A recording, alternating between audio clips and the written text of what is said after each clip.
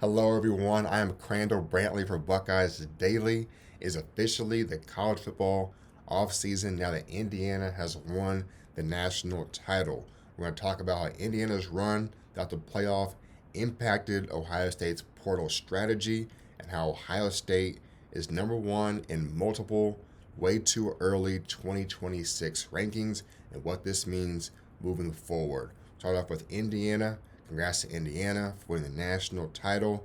They were the best team throughout the playoff, and they were the best team in the title game in Mendoza.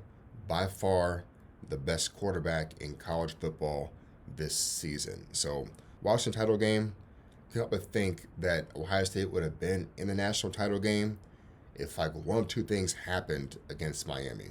One, Miami missed 50-yard field goal in the Cotton Bowl like they did against Indiana, or Miami had like even half the amount of penalties they've had in the past two games, or like they averaged throughout the season. They didn't have any penalties against Ohio State. So if any one of those things happened, OSU would have been playing for a title game against Indiana.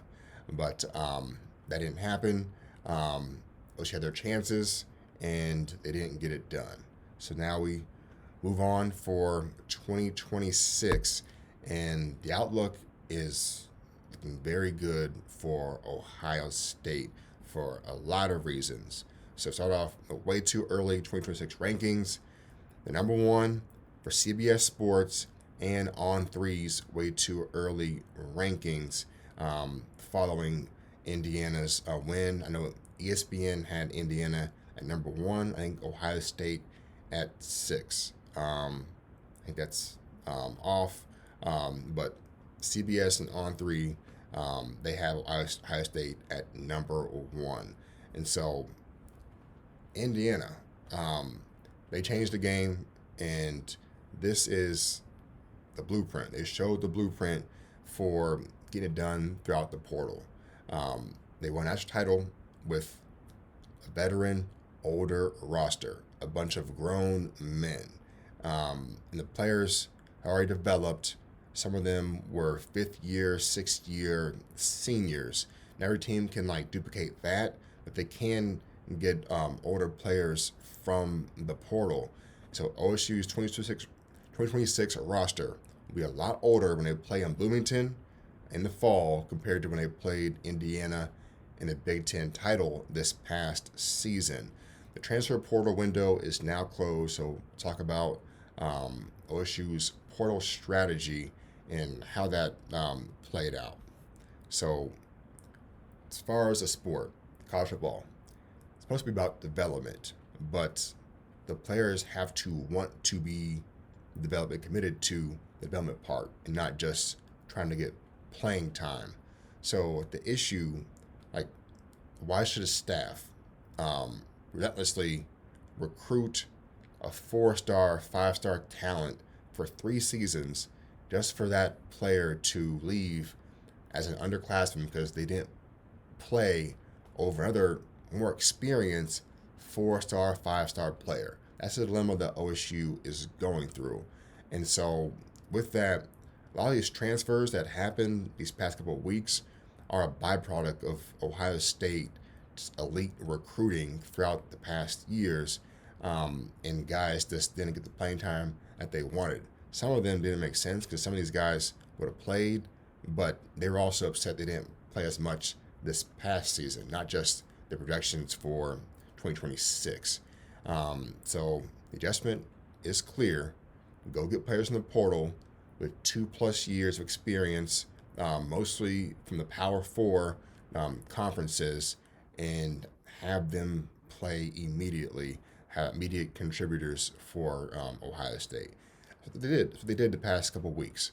Proven contributors, guys that are all conference accolades and a bunch of Power Four experience. I think the average age for Ohio State's roster next season is over 21 years old, maybe 21 and a half, maybe, but it's over 21 years old.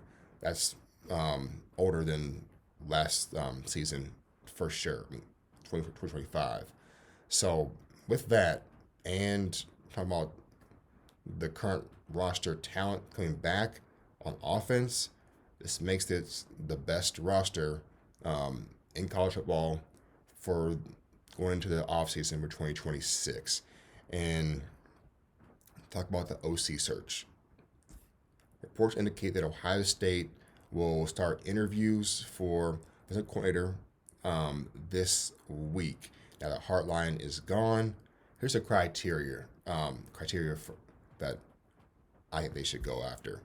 First and foremost, someone's going to get the ball. Number 4, that's the main priority. Get him the ball as much as possible, much targets as you can, and a coach with a proven run game success. Chip Kelly, 2024.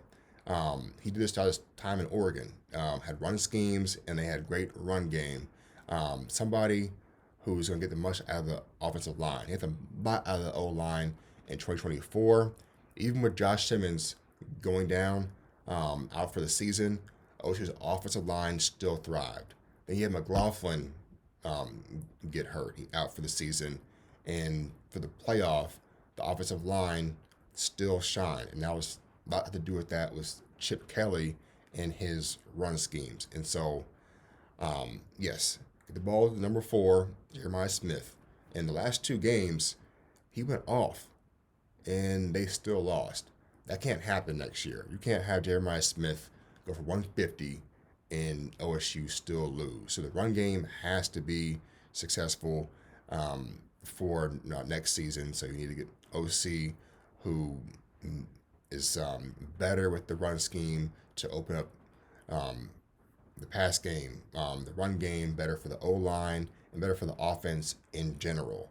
And with that, a key piece to that is Julian Sayin has to be a willing runner. OSU's been at their best, dating back to the Jim Tressel era, when they have a quarterback willing to run.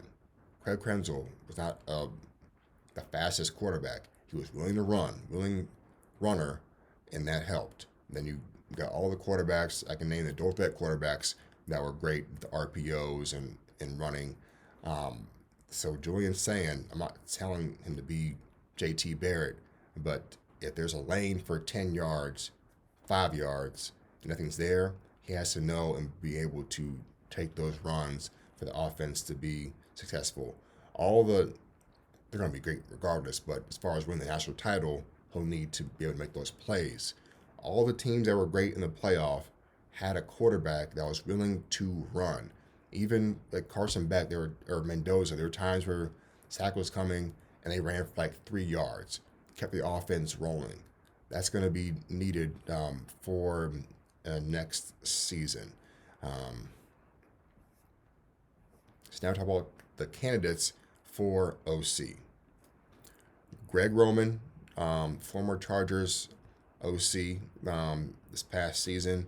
Jonathan Smith, former Michigan State and Oregon State head coach. And there's some rumors about Brian Dable, former Giants head coach. That would be the ideal candidate. That's someone that with the experience and be able to handle the offense from the pass game and run game. As somebody that Ryan Day gets to be a CEO, not have to worry about the offense or defense, and just handle things like he did in 2024, which was successful, and he won his first national title.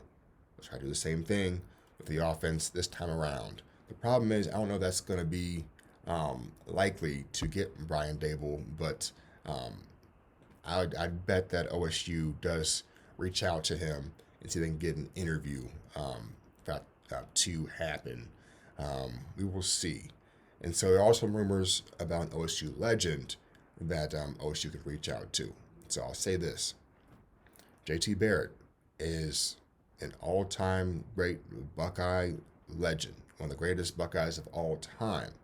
He was actually a title away in 2017 from being the greatest Buckeye quarterback of all time.